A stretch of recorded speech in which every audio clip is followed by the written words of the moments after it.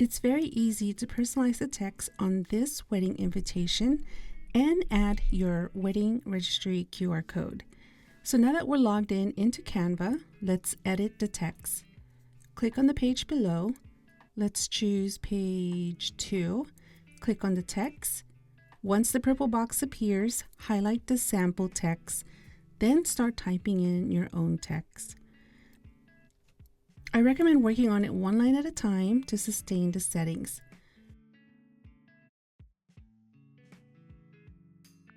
Adjust the font size here as needed. Change the font style here.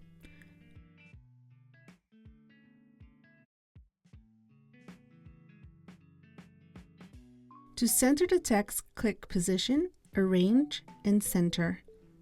Overall, you just need to customize the text on page 2, 3, 4, and 5.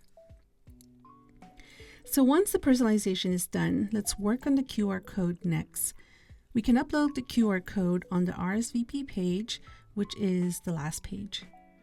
Click Uploads on the left column, click the purple button, Upload Files. Select your QR code image and click Open. Drag your image on the e-card. Adjust the size by expanding or shrinking the nodes. And that's for those who already have their QR code from their wedding registry. Now, if you'd like to create one, this is the way we would start. So to create a QR code, click Elements, type in QR code on the search bar, click Use App, and now just type in your wedding registry URL web address. Immediately, the Canva app will generate your QR code. All we need to do is expand or shrink the nodes as needed. To center the QR code image, click Position, Arrange, and Center. To view your e-card prior to downloading it, click the play button right over here. And once everything looks just right, we can then download this file.